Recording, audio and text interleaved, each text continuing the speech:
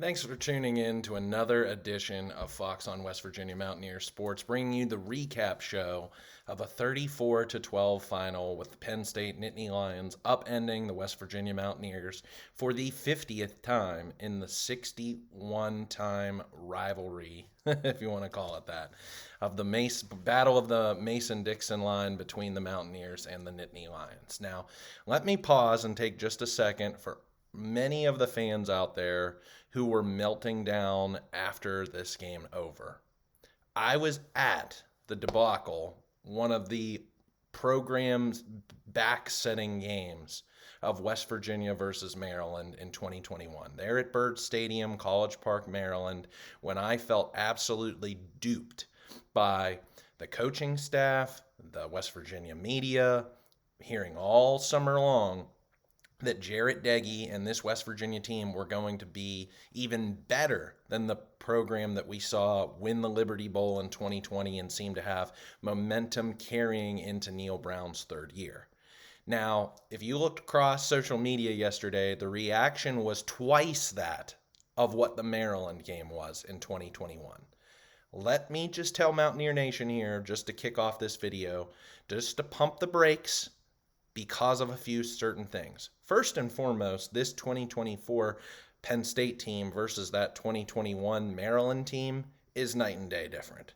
I know that Maryland team had Talia Tagovailoa and, had a very successful season, actually. But this Penn State team would whoop that Maryland team.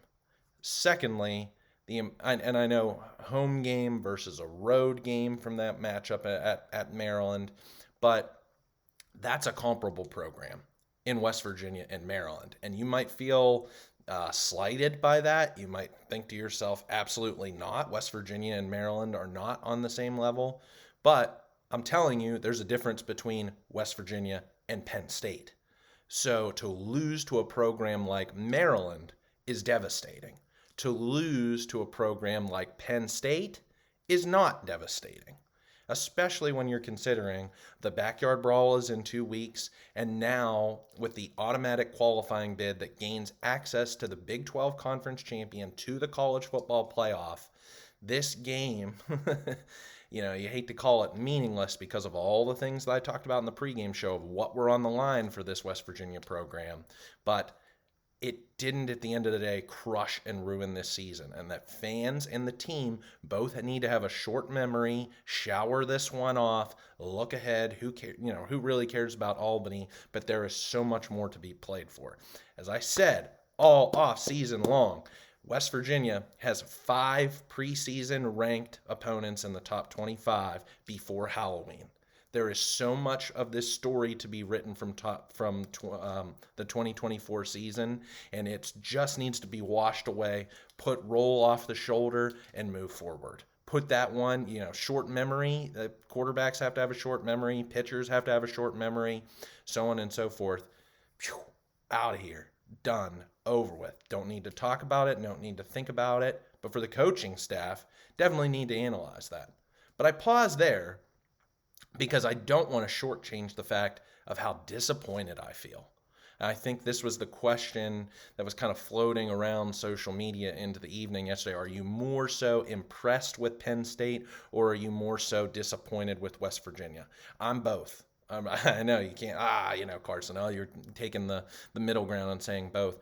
That Penn State team, let me put it this way to you. If Penn State plays that exact kind of game that it played against West Virginia, it wins this matchup out of 100 games at least 80% of the time, maybe even more. When West Virginia plays the kind of performance that it put on yesterday at Milan Puskar Stadium, it wins absolutely 0% of the time. I don't want to jump into all of my analysis. I want to kind of recap the game for you, but it came down to a few certain things. And these are all the things that I talked about in my 3 keys to victory. And I just felt almost like speaking things into existence, unfortunately, as I'm watching this game unfold, and all of the things that I talked about came to fruition, and I just felt it was one of the most anxious games that I've ever felt in my entire life. You have to play like Georgia Tech did against Florida State to beat a team like Penn State. Play perfectly in so many facets. And this Penn State team would whoop that Florida State team, don't get me wrong, but it's just you have to do certain things in order to, if for anybody who's playing EA Sports College Football 25, you have to do certain things at certain moments to put yourself in positions to win, and West Virginia did not do that. So starting it off, first thing I want to talk about here is the fumble that was the either mistimed motion across jet motion by Jaden Bray, in which I don't know if it was either a mistimed snap between Yates and Green, and it's Green's responsibility to snap that ball differently, or Bray was late on the motion. Either way, snap goes back, ricochets off Bray's shoulder across, and West Virginia loses about 20 yards worth of field position.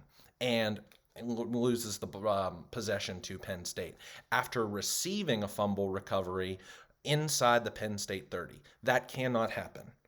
That happened in the Oklahoma State game we can recall a year ago. West Virginia's gifted a fumble recovery on a punt return, a muff punt by Oklahoma State. Very next play, Cole Taylor gets stripped. Oklahoma State recovers and takes it away. You lose. So you cannot do that. That should have at least ended up in 7 points, and it ended up with 0. So maximum 3, should at least get 3. 7 would be phenomenal. You get nothing. That kills you. Next, later on in the first half, you go down West Virginia's fourth offensive, let me count this. Third offensive series, 13 play, 7 minute and 40-second drive. They get all the way down to the Penn State 16, and you go for the tush-push play. That was a fourth and long one, y'all. That was at least 1.5, maybe even 2. So with a small-bodied guy in Garrett Green, you might be able to get away with this against opponents like a UCF or a Cincinnati or somebody who you have at least an offensive line versus defensive line advantage. And I would say that West Virginia was not, at this point in time in the game, in the first half especially, confident across that offensive line getting a push against the Penn State defensive line. And so even though Donaldson was really getting swallowed up on the day for short yardage gains, lead with your horse. Lead with Thor's hammer, Grand. Fourth and a long one, CJ's either going over the top or he's going right through you. Rather than a tush-push play, you come up short. So again, potential for 2 series in the first quarter to end up in 14 points and not 0. You end up with 0 and instead 14 points. Now, I wanted to come on, had it not been for my daughter making her early arrival into the world, I wanted to make a video early last week because after the Florida State-Georgia Tech game, I watched a game that I'd never watched before. I'm trying, to do my best. I think all Mountaineer fans should do this with the adventation of YouTube, is go back and watch some of these signature key victories of Mountaineers over the decades that we have video for. I watched 93 Miami versus West Virginia. And if you watch that 93 game or you experienced it for yourself, if you're an older Mountaineer fan than myself, I was born in 93, so don't remember this game. West Virginia botched so many things. It was almost reminiscent of this Penn State game. Just botched opportunity, not being able to capitalize. But because they had a hellacious defense, that Miami team in 93, not as good as this Penn State 2024 team. And they had an amazing punter at the time by the name of Todd Sauerbrunn, who ended up playing many years in the National Football League, that West Virginia was able to win that game ugly 17-14. That was 1993. This is 2024. That in the world of college football too, with the powers that be being so much different and so much better, when talent disparity between West Virginia and Penn State is 45 or 43 4- and 5-star high school recruits to 6 for West Virginia, that's different. So you can't rely on, we missed out on that opportunity. Let's go out there and play great defense and come away. Now, is that capable and possible? Absolutely. We saw that how many times Beanie Bishop saved West Virginia in contests against comparable opponents. But against the top powers in college football, Penn State being one of them, you have to capitalize on both those 2 drives. So I'm sorry to say, but West Virginia lost this game in the first half. It's truly. And that's why, I don't fault many of the fans who were probably so frustrated in sitting through a 2 hour and 19-minute delay in the weather forecast. Was like, but then again, if you spent with what Vivid Seats and all, the price gouging that was happening on all of these tickets all summer long, and you spent 200, 300 or more dollars on going to this game, I can understand why, and spent the money to, tailgate, get there early, hotels, and feel incredibly frustrated right now. I feel you. I feel you.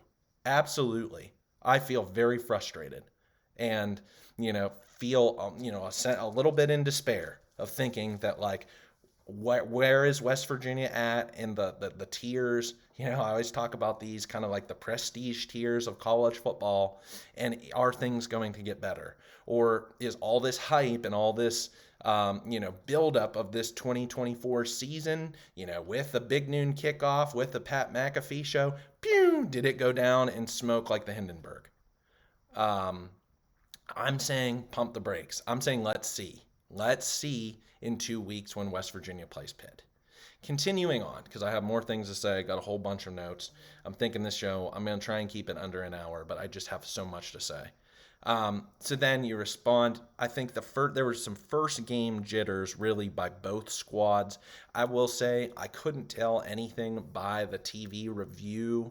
They showed it after Aller got in the face of the officials, and were just insinuating either that West Virginia clapped or made some sort of fake snap, hut, which is a penalty. Sometimes our Big 12 brethren do that, and you don't get a penalty if you're West Virginia. But in this case, for Penn State, or for West Virginia, capitalizing on a fumble recovery, Aller was heated. I think there was just some first game jitters by both squads, what I honestly predicted and thought about similarly to that Backyard Brawl 2022 matchup in Pittsburgh, where both teams were really kind of feeling each other out in the first quarter. And I just think that was a little bit, how do I want to say this? West Virginia should be better than that. Having done it, all the seniors or, fourth and fifth and sixth year starters that West Virginia had across its offensive line, I thought that Yates would have been a little bit more settled. I think the grades, especially for Nick Malone from Pro Football Focus, showed that he did an admirable job. The guards, especially Jaquay Hubbard, not as so much. So I would have liked them to be a little bit more comfortable, get a little bit more push up front. Good notes already by Keenan Cummings over at Rivals, talking about West Virginia's output for the day offensively. And for the day before the starters left, West Virginia only scored 12 points on 11 drives, 4 for 14 on third down, averaging 3.7 yards per play. And they could not run outside. So it was Penn State's game plan to keep Garrett Green, just like Oklahoma last year, to keep Garrett Green within the pocket. Let Jaheim White and C.J. Donaldson beat you. Just don't let Garrett Green beat you. Get him frustrated. I think that Garrett Green was definitely frustrated on this day in many different capacities. A fumble that we haven't seen for over a full season that was just uncharacteristic for him.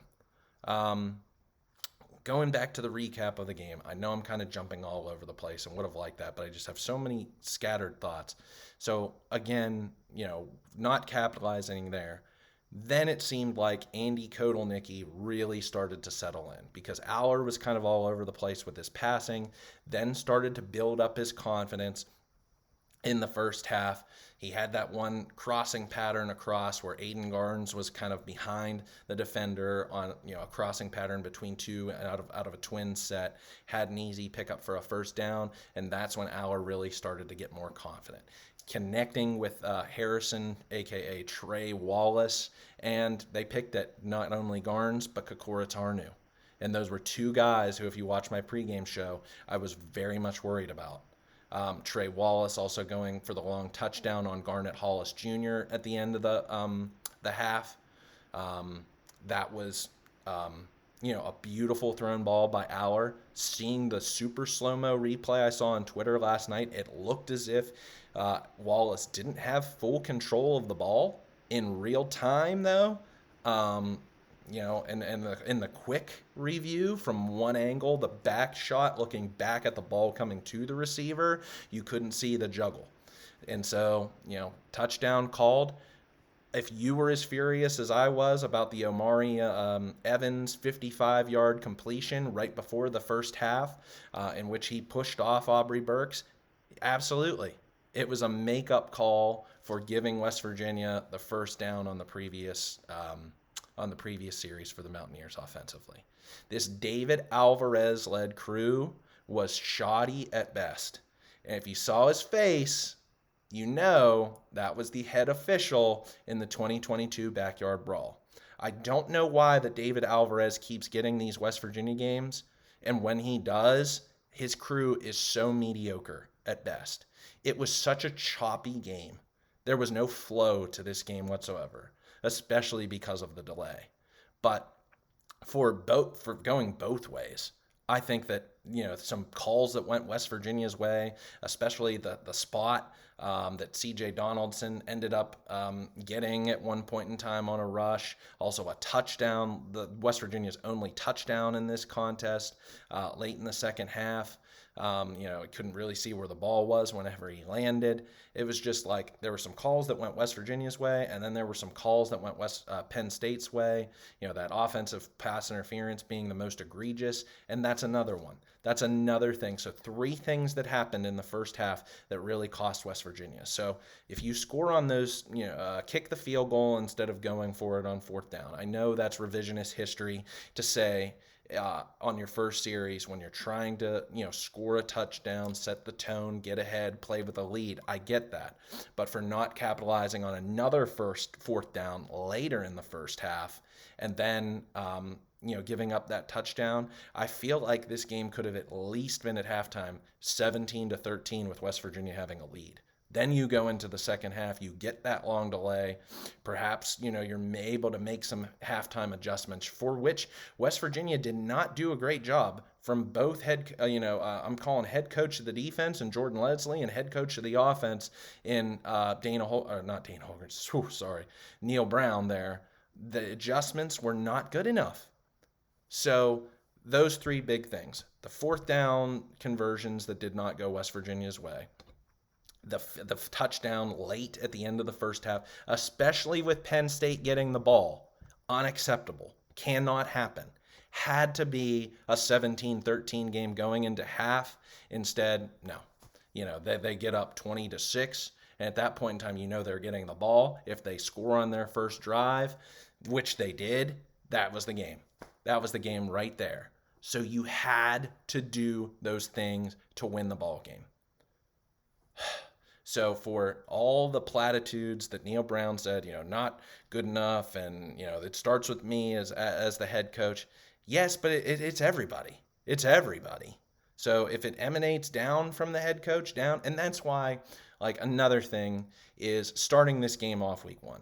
If you've watched many games against, week 1 games across college football, starting it off last Saturday with Florida State, Georgia Tech, through the Thursday, Friday, and Saturday games, everybody's rusty. Unless you're Georgia, unless you're one of these premier power programs, and even Oregon only beat Idaho by 10. So everybody's rusty in ways, shapes, and forms.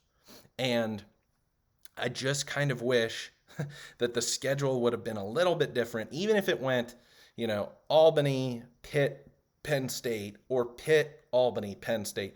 Some way, somehow, that West Virginia wasn't having a home opener to this level.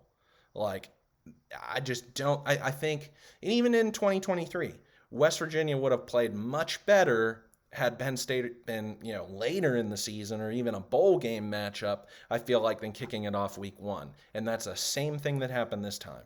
When that happens and there's rust, the team that's more talented ends up winning the ball game, I feel like, most of the time, unless the other team plays perfectly. And that's what Georgia Tech did against Florida State.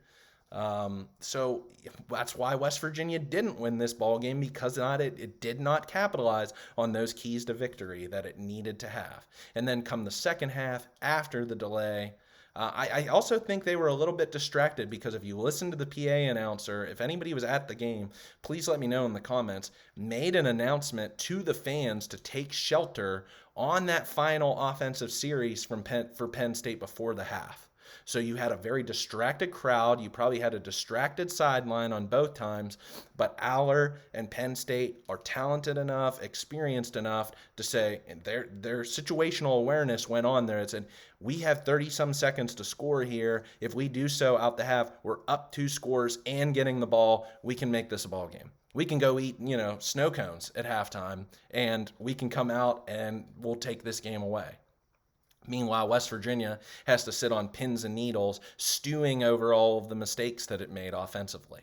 So not the greatest, especially where I'll be critical the most is Neil Brown's game, execution, the offense's execution, and Neil Brown's conservative play calling. It reared its ugly head in the first half. In the second half, too little, too late. Whenever it started to go air, I can't actually believe this is kind of a discredit to Tom Allen and the Penn State defense. West Virginia really picked it up, it seemed like, in the second half through the air. Why Penn State didn't drop back more into coverage. If West Virginia wanted to run the ball, it would have amassed more clock, could have got out of the game even quicker. But didn't want any confidence from Garrett Green running. The other thing I'll say about the first half, as before I move on to the second half, the punishing hits. I mean, to tell you, every single freaking time it seemed like Penn State's defenders were hitting Jaheim White, Cole Taylor, Preston Fox. I mean, to tell you, they were laying some hit sticks. The blows on the field were just, watching, if you watched the game, the movie with Paul Crew, Longest Yard, when it's just like the refs weren't calling anything and they were just crushing, the guards were crushing the inmates. That's what it felt like at times in this game. Or, Friday Night Lights in the state championship game, that Penn State was just rocking West Virginia. I felt so bad for Jaheim White. He was just getting punished every time he carried the ball. But that's what talent does. When you can get 4 and 5 star talent like Penn State can, it has those future NFL pros. I think Deni Dennis Sutton is better than Abdul Carter. I think Carter's a knucklehead.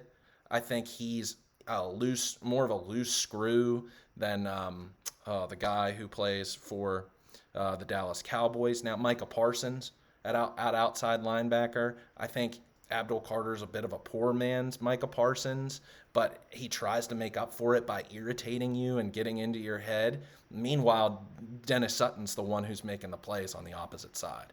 I know it was Milam going against Abdul Carter in the first half and really neutralizing him. And, he was just trying to get in C.J. Donaldson's head into the second half. I was annoyed by that.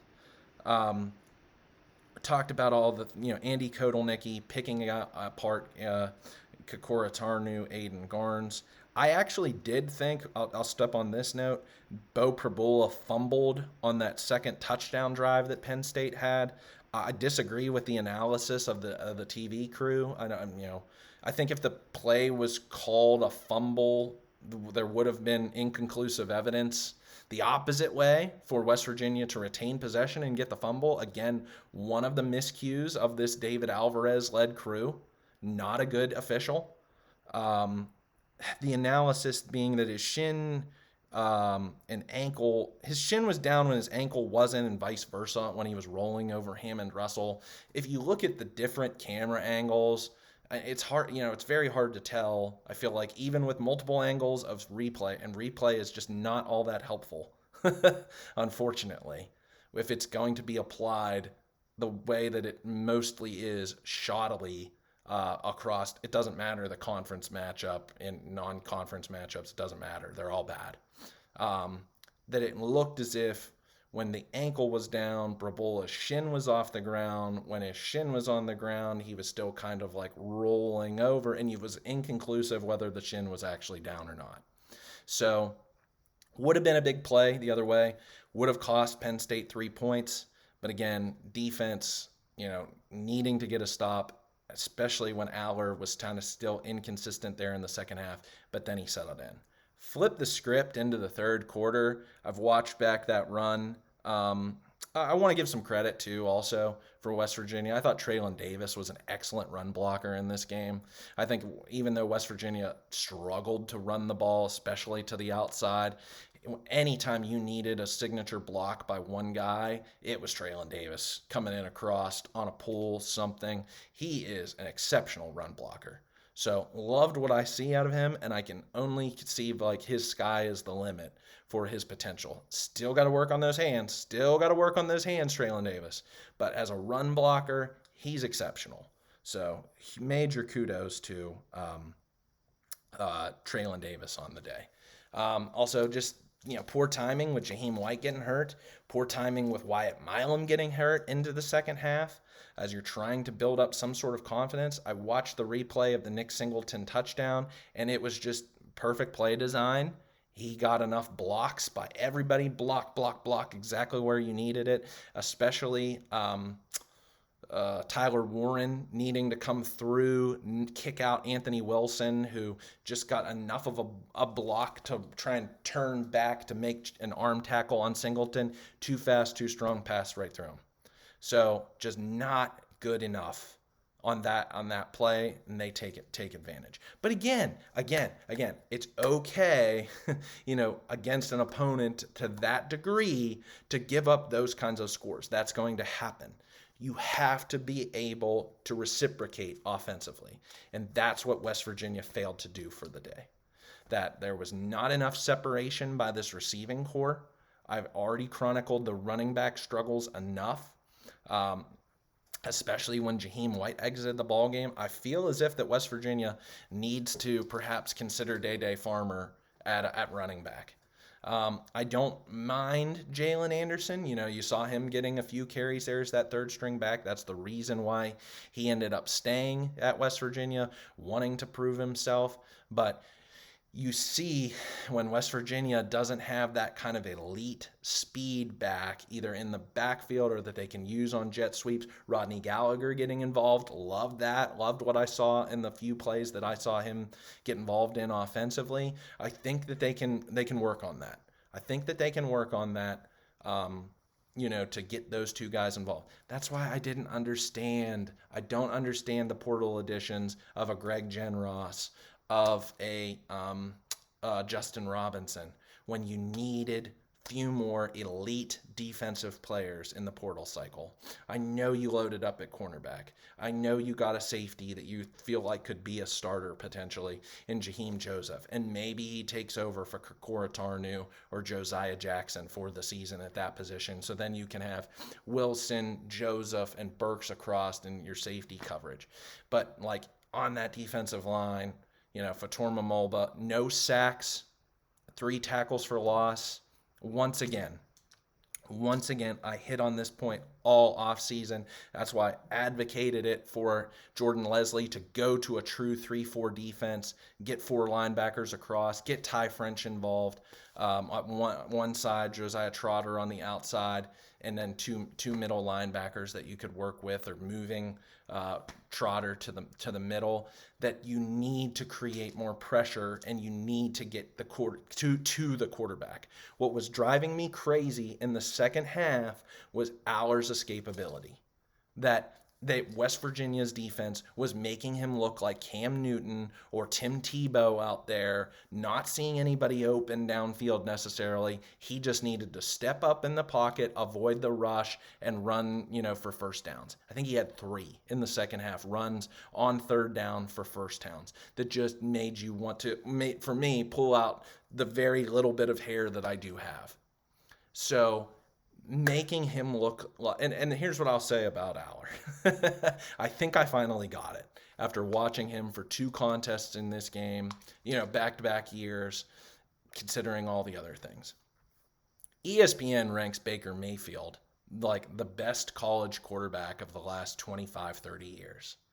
And I will always stand on that. I feel like Baker Mayfield was a product of his incredible NFL offensive line and Mark Andrews. And Oklahoma just had so much talent in the Big 12 when Texas was down for that period through the Charlie Strong, Tom Herman era. And like Oklahoma was the bad boy for many years under Lincoln Riley, transitioning from Bob Stoops into Lincoln Riley. Baker Mayfield right there in the sweet spot there in 2015, 16, 17. That he just took advantage of some weak competition because Oklahoma was so talented. Now, I think Allar's just as good, if not of a better runner than Baker Mayfield, and that's what I compare him to. That he will do enough with the easy plays, the easy touchdowns. Now he made a few. The pass that he made to Harrison Wallace, that was the best throw I feel like he made all day. He made a couple actually. He and Wallace. Fleming was an afterthought. Fleming was, thinking that he was going to be wide receiver one. Wallace, I think Penn State has something there in him, not Fleming, or could use him in different capacities. But Allar's really, I feel like, smarter than a lot of people give him credit for, and especially if he can get his feet set and have to avoid the rush, then he's going to pick apart lesser competition. And West Virginia's defense was lesser competition on this day because of the way the scheme, some of the holes that West Virginia has defensively. I feel like in terms of talent that went unaddressed or thought better of and just didn't play well there on week one at home, or will get better as the season goes along. Taking advantage of Garnet Hollis Jr., taking advantage of Aiden Garnes, taking advantage of Kokora Tarnu.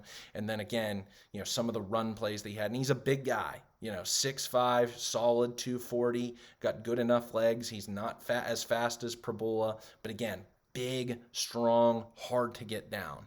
And again, there was too much distance. Like, I'm not making anything of the stiff arm on Josiah Trotter. Again, like, he was coming out from, there was no one in the vicinity. Josiah Trotter didn't even make that attempt, and he eventually did get Allar's foot to get him down, get him falling. Like, that stiff arm, like, ooh, like, real big deal. You're this guy who you think is going to go off to the NFL, and you're doing it against a redshirt freshman who's making his first start in college football. He was excellent. I think Josiah Trotter, I wouldn't take anything off that play, like feeling like you got posterized and dunked on. No. He was one of the saving grace of the defensive front for the entire day. And that's why I talked about that in the pre-show. Where were you, Sean Martin? Where were you, Eddie V? I think TJ Jackson, I think he deserves a start. I think the fumble recovery proved that. I think the effort that he gave all day long, fantastic. But we need more. We need more out of you, Sean Martin. You can't give up like you did on some of those plays that I saw out there. Like, if this team is going to contend for a Big 12 conference championship, Sean Martin's got to give much better than what he gave yesterday. Eddie V too, and that's why, and like, I just don't know about Fatorma Mulba and Hammond Russell. Like, are you trying to put together two players who are, B grade players to try and make an A in a rotation? I wish West Virginia was a little bit more aggressive on the interior defensive line in the transfer portal. Now, again, takes NIL dollars. I get that. And that's the other, a component. Thank God for Pat McAfee and co. of the WVU football alumni making that giant donation of $1 million already into the pot for next year's recruiting class or transfer class. So that'll, the biggest. Let me take a pause here. And this is what is so condemning, I feel like, of the Dana Holgorsen, Shane Lyons regime. In administration, Gordon Gee could have probably played more of a hand, in helping this. Is there anyone more important to the West Virginia program from an external promotion standpoint than Pat McAfee? Seriously. He's more important to the program than Neil Brown is. From what he's able to do from getting West Virginia as a brand, getting their name out there, you're not going to get it from ESPN and Fox or NBC or CBS. No, West Virginia is an afterthought. They are a has-been. But thank God for Pat McAfee being out there, and that's why I think that's also just so frustrating from a fan perspective, myself, if you're feeling this as well, is that there was so much hype put into this. You had guys like Desmond Howard picking West Virginia. You had two of the guys, Urban Meyer picking West Virginia. Wow, there was some belief. There was some belief again into this program. And pooh, man, just like a popped balloon, it ended real quick there. And you got to be better than that all across the board. Where I also have to be critical, again, I think I already have to a little bit, Jordan Leslie, this scheme, trying to create more pressure, needs to be able to against good opponents, and it does not consistently. Yes, West Virginia takes advantage of the Duke's Mayo Bowl of a Connor Harrell-led North Carolina team without some of its studs offensively. It needs to do so against better opponents. When Kansas comes, even Pitt, in a couple of weeks in the backyard brawl, this defensive line needs to be physical. This linebacking core, outside of Josiah Trotter, needs to be physical. You need to hit, punish people, and there was not enough of that on this day. I'll comment, I think it was just a little too late when West Virginia finally did score its touchdown into the fourth quarter. Really, really liked that drive. That was a really, the pass completion to Traylon Ray for 25 yards on that drive. Jaheim White, you saw him back into the second half, felt good about it. Getting a couple of offsides, hit Cledson Clement for 14 yards. Why you're going for it on when the game was at that point in time, 27-12. Why not just kick the extra point there? You're down 2 even scores to make it 14 points. Why? I mean, I guess it makes the difference at the end of the day in 1 point, but I just struggle sometimes with those aggressive decisions. Are you trying to inspire your offense? It's not like West Virginia really dominated that drive. It had some really important plays at certain periods of time that needed to convert and did so, but it wasn't like, man, you drove right down the field on Penn State and scored. So you try that 2-point conversion, doesn't work. You lose all the momentum, I feel like, from that touchdown drive. Penn State scores on its next drive, game's over. So, there was just so much that didn't go right for West Virginia, that went right for Penn State, that you just wish that you could have a do-over. Again, mainly all happening in the first half, where I feel like Neal Brown should get a lot of the criticism for how he called that game. If you were there, you didn't get to necessarily hear the broadcast from Joel Klatt. He was really critical, especially in the second quarter, of Neal Brown and his conservative throw to the sides of the field, not downfield offense. Now again, every single pass thrown to West Virginia receivers was contested. That one catch where the defender was draped all over Preston Fox, full extension, brought it in, that was phenomenal. That's earmark, Preston Fox. Sometimes you never know on some of the easier, just right to you passes, but when it's high degree of difficulty, he can go out there and snag it with the best of them. So I really liked what I saw out of him. I still think Hudson Clement is this team's best wide receiver. Jaden Bray, in addition to the motion, knocking the fumble, also had a drop on a wide open third down play that Green did throw a little bit high, not going to lie, but because he wasn't touched by any sort of a defender on the catch attempt, hit him a little bit high, but you got to bring that in. So wasn't all that impressed with Jaden Bray. First game. We'll see what happens. So I think and again, I already think I kind of talked about Ronnie Gallagher making plays, also played safety in the times in this contest. I knew when I heard over the summer from Neal Brown, and sometimes you got to take what Neal Brown says with a grain of salt. But when he said Rodney Gallagher was West Virginia's best man-on-man defender, I said he's going to play. He's definitely, it might not look the best, and the one touchdown, Gallagher didn't wrap on the tackle at all, just kind of hit hit the guy. It was Katron Allen's touchdown coming through, but he made a good play on the previous pass incompletion. So I think we might see more of Rodney Gallagher over a Kokora Tarnu, or how you get creative with this defensive secondary. Again, maybe it would have not looked so bad if it wasn't Penn State week 1, if it was Albany week 1 or Pitt week 1, or even a conference matchup. Let's take Baylor week 1. If you could have put Penn State somewhere different into the schedule, but you're starting it off again rusty, against an opponent, the best opponent West Virginia is going to play for the entire season. So 40-minute mark, I'll pause there, see if anybody wants to drop in any sort of a comments. Do you think I'm right? Do you think I'm wrong? Again, truly disappointed. This performance needed to be better. But at the end of the day, Penn State was so good and did everything that it needed to win the ball game that's the kind of effort that I feel like that they win this game at least 80% or more of the time. So when West Virginia gifts and does all of these things that you can't do to win a ball game, it was easy. It really was, to put it bluntly. It was kind of an easy game for Penn State to win. That is the kind of mold and model that they want to win and that they're going to do. They're going to do that against Illinois. They're going to do that against UCLA. They're going to do that against this weak Big Ten. Oh, no, look at their other non-conference games.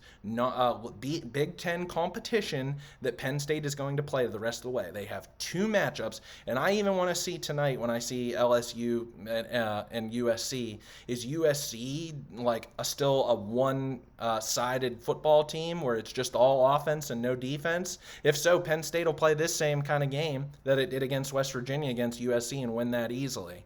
So really, it comes down to Ohio State. So who cares at the end of the day? If Oregon especially is able to beat Ohio State, Penn State loses that matchup. I know that Penn State's looking, wants to get to the Big Ten Conference Championship game, wants to win a conference championship, have that automatic qualifying bid to get those byes into the Final Four, or at least first 4, sit yourself up in that good kind of a situation. But this, at the end of the day, if not, they get a home game at Beaver Stadium in the college football playoff. They'll take that. Oh, heck yeah. From even just a financial standpoint, that all they got to do is play admirably, or like they did last year against Ohio State, take care of business against this weak, I want to insert a word, Big Ten competition. And again, Washington and Wisconsin may be better than advertised, but they're not better on paper than Penn State is. So that's why I want to say temper the rage, Mountaineer Nation. It's not the Maryland 2021 S-Class. This was bad. This was a bad performance. Don't get me wrong. And it needs to be showered off, moved on to quickly, on to Albany and beyond, to use a Buzz Lightyear phrase there. But Penn State's really, really good. They're experienced, they're talented, and they have everything that they need. That's maybe also why, if looking beyond the scope of this game, you might also have that inner rage building up that I do too. I am just trying to be as tempered and wait until we're getting to Halloween. I don't want to unleash this rage. You'll get it if West Virginia, let's say, loses the backyard brawl, doesn't beat Kansas, also goes 2-2 or worse in October. You'll get it from me. You will definitely hear it. That right now, West Virginia seems to be on with this 2024 season, and I talked about this right after the 2023 season, teetering on. And this is also why I got, some flack from people, predominantly on Facebook.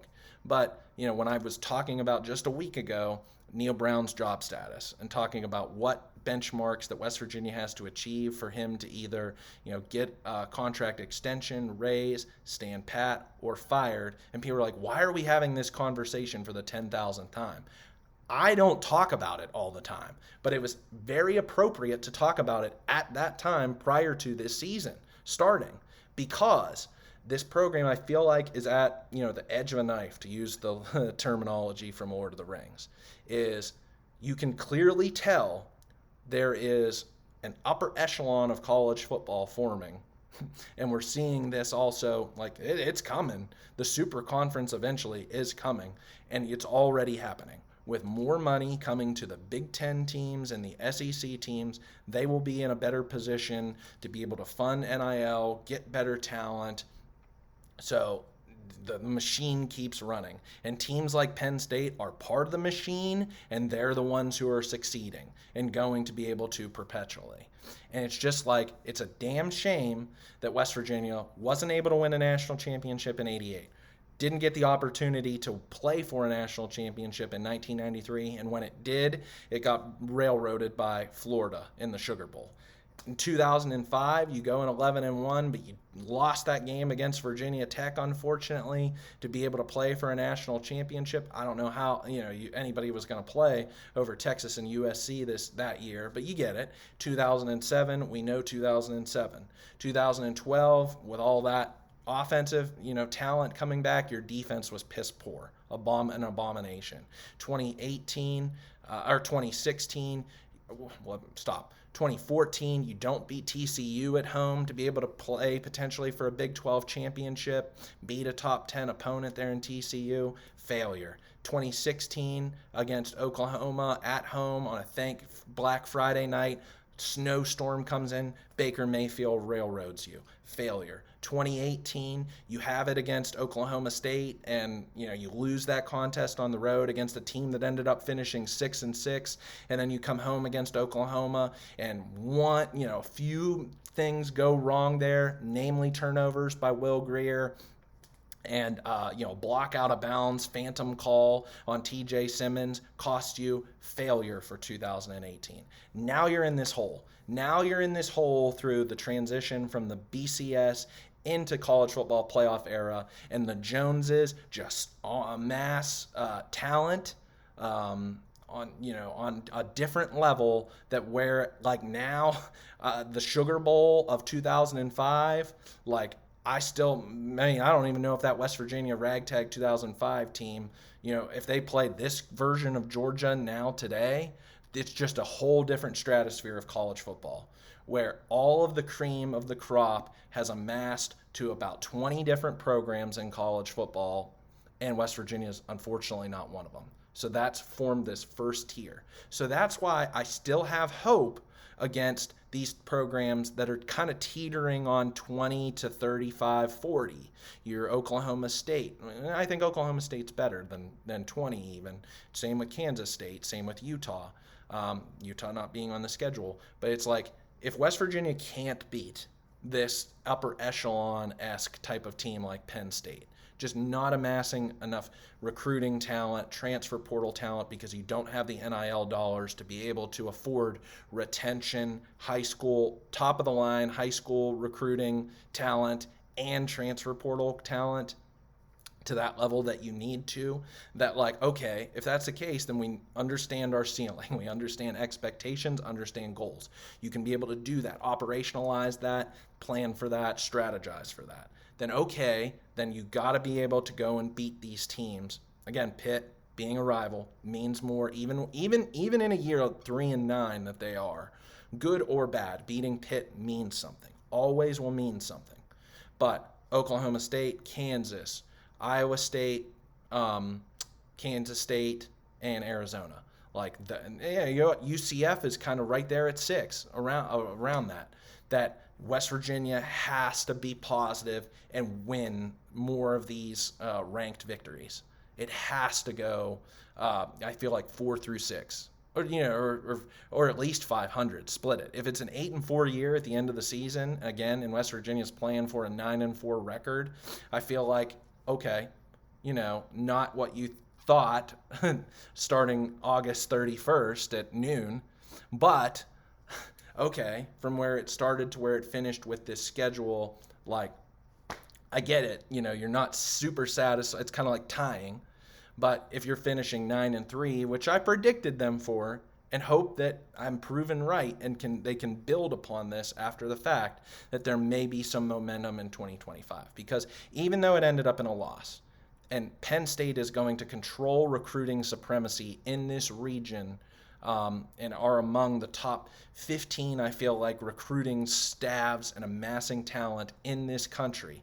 And it'll be so frustrating and annoying when Penn State will just scoop up its fifth outside linebacker in Deshaun Burnett, that, fifth string won't start for years, but if he was at West Virginia, he's the difference in having a Deshaun Burnett to the side of Josiah Trotter, and you feel really good about your outside linebackers. Amassing that type of depth, the quality depth at the ones and the twos. It will be honestly frustrating and even a bit more challenging because Penn State has more money, because Fox is paying the Big Ten and all of its teams.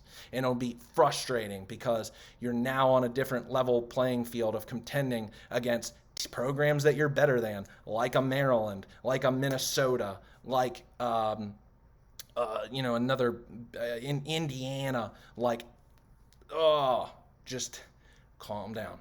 Small victories here and there. That was great. To have Pat McAfee there, to have that show there, to have Big Noon Kickoff, that was awesome. That will pay dividends. I'm telling you, down the road, somewhere, somehow. It will. And I'll bring it to you on one of these episodes when this happens. So I've given you a lot of food for thought. That was a lot there for me. I had a lot of thoughts on my mind that I needed to get off my chest. But wash it off at the end of the day. 34-12. See what happens down the road. Bye, Penn State.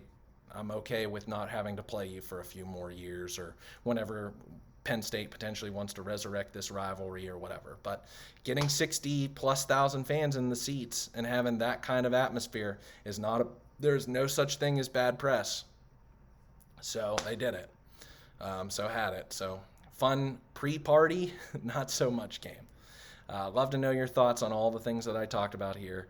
So leave your comments on YouTube. Tell your friends, tell your family, tell your dog that I do this each and every week and have a lot of fun doing it. Hail West Virginia. Let's go. We'll talk next week.